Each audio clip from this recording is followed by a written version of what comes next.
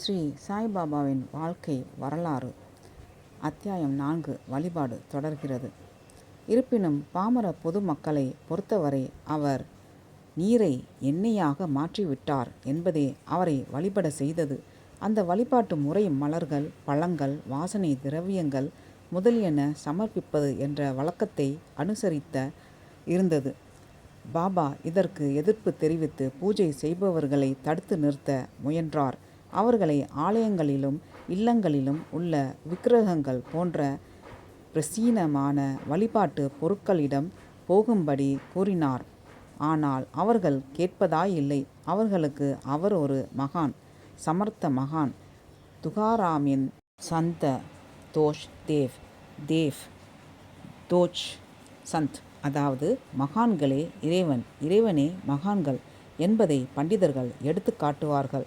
தாங்கள் ஒரு போல்தே சல்தே தேவ், அதாவது பேசும் நடமாடும் தெய்வம் என கிராமவாசிகள் கூறினார்கள்.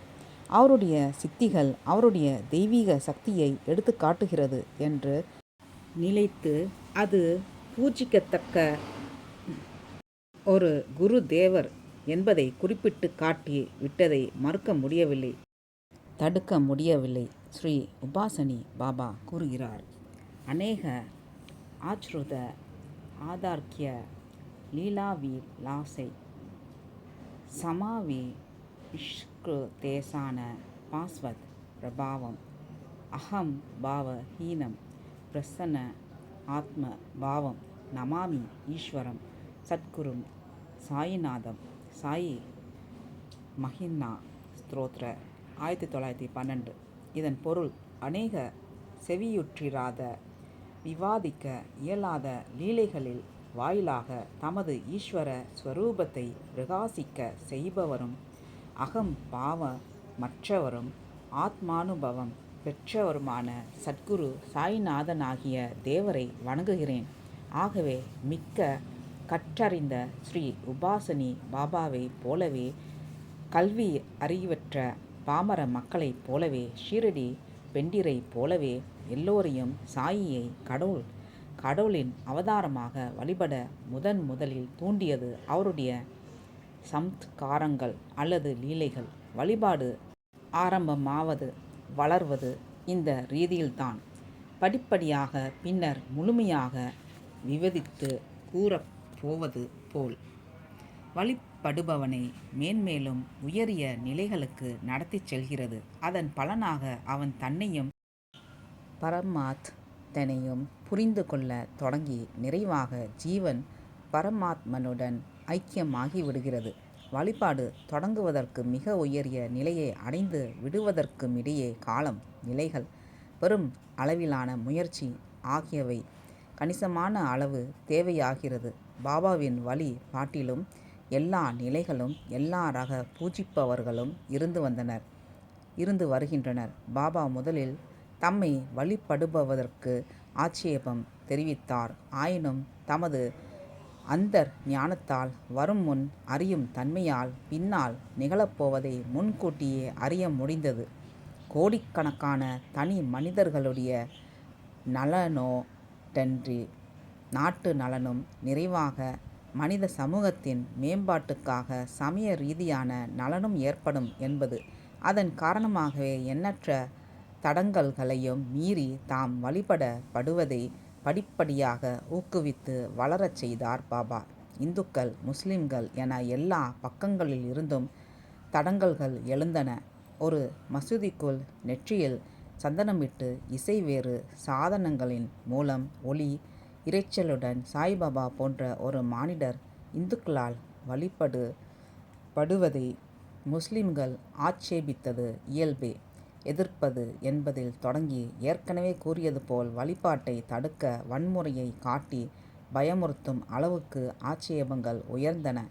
ஆயினும் பாபாவின் வியக்கத்தகு சக்தியும் முன்கூட்டி அறியும் ஞானமும் இந்த இடையூறுகள் அகலும்படி செய்துவிட்டன. சுற்று வட்டாரங்களில் இருந்தும் தொலைவிலுள்ள இடங்களில் இருந்தும் மேலும் மேலும் அதிக அளவிலான மக்களை தனிப்பட்ட வழிபாடு ஆகர்ஷித்தது. இது கூட்டு வழிபாட்டு முறையாக பரிணமித்தது.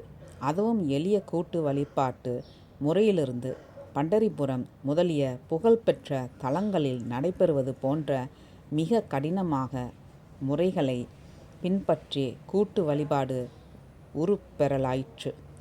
அதிகரித்து கொண்டே வரும் பக்தர்கள் யாவரும் எல்லாவித ஷோடச 16 வகை உபசாரங்களையும் ராஜ உபசாரங்களையும் கொண்டு வரலாயினர். இது சாயி வழிபாட்டை பரந்து சூழ்ந்து விரிவுபடுத்த வகை செய்தது.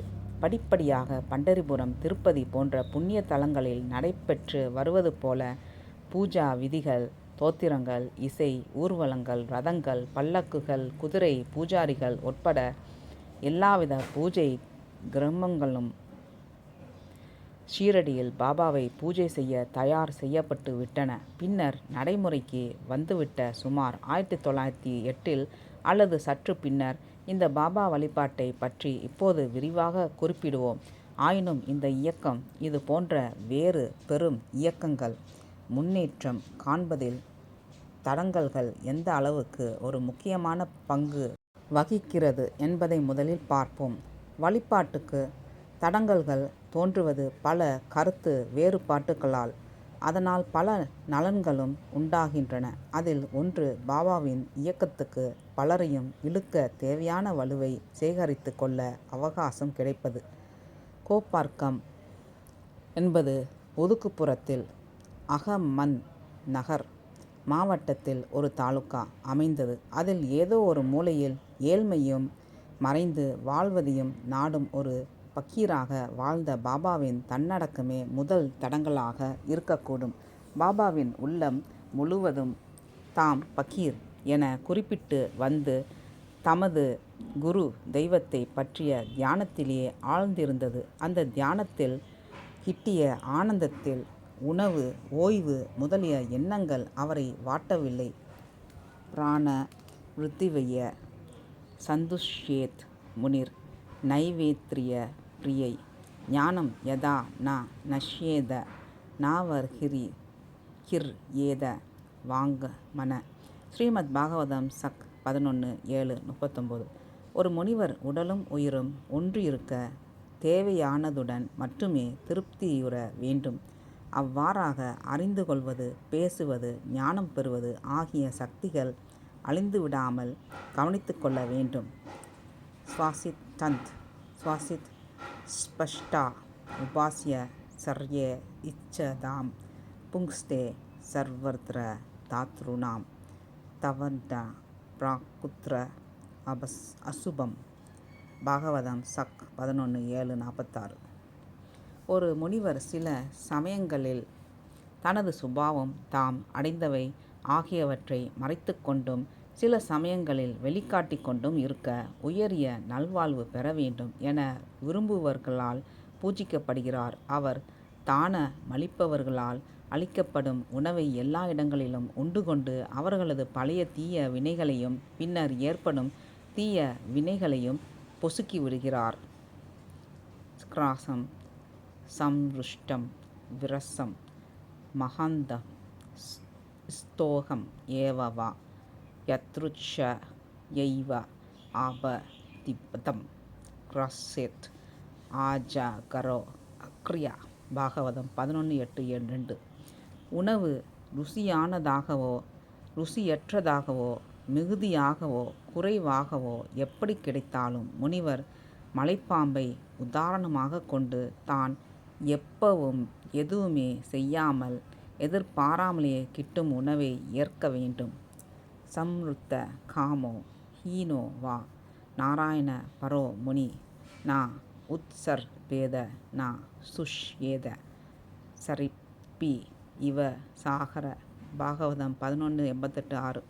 வசதிகள் நிறைந்திருந்தாலோ ஒன்றுமே இல்லாவிடிலோ அவரது உள்ளம் நாராயணனிடமே இறைவனிடமே லயித்திருப்பதால் அவர் பெரும் மகிழ்ச்சி அடைவதில்லை, நொந்து போவதும் இல்லை. இது நதிகள் நீரை வெள்ளமாக கொண்டு வரும்போது நிரம்பி வழியாமலும் நீர் வரவு இல்லாத போது சுருங்கி விடாமலும் கடல் எப்படி இருக்குமோ அதை போன்று சாய்பாபாவின் நிலைமையையும் மனோபாவத்தையும் இந்த ஸ்லோகங்கள் மிகவும் சரியாக எடுத்து கூறுகின்றன. ஆகவே ஜனங்கள் அவரை ஒரு பரம பாகவதராக பார்த்தனர். இவ்வாறு ஆர்வம் மிகுந்தவர்களும் கண்ணிய மாணவர்களும் தடங்கல்களையும் மீறி அவரை வழிபடுவதற்கு இழுக்கப்பட்டனர். ஆரம்பத்தில் மனம் போன போக்கில் இங்கும் அங்கும் அலைந்து திரிந்து கொண்டிருந்த அவருடைய போக்கு தமது தேக நலனையும் வாழ்ந்து வரும் சமூகத்தின் நல்ல அபிப்பிராயத்தையும் பெற வேண்டும் என்ற எண்ணத்தையும் அவர் சற்றும் பொருட்படுத்தவில்லை என்பதை எடுத்து காட்டியது. ஆத்மாராமோ அனயா விருத்யா விஷரேத் ஜுடவத் முனி. பாகவதம் 11:11-17. தெய்வானுபவத்தில் அல்லது ஆத்மானுபவத்தில் மூழ்கிவிட்ட முனி ஒரு சுரணையற்றவன் போல் அலைகிறான். பாபாவுக்கு உணவு அளிக்க அவர் பெரும்பாலும் அலைந்து திரிந்து கொண்டிருந்த காடுகளிலும் மரங்கள் அடிகளிலும் அவரை தேடி கண்டு பிடிக்க வேண்டியிருந்தது. பைஜா பாய் அம்மையாருக்கு புகழ்.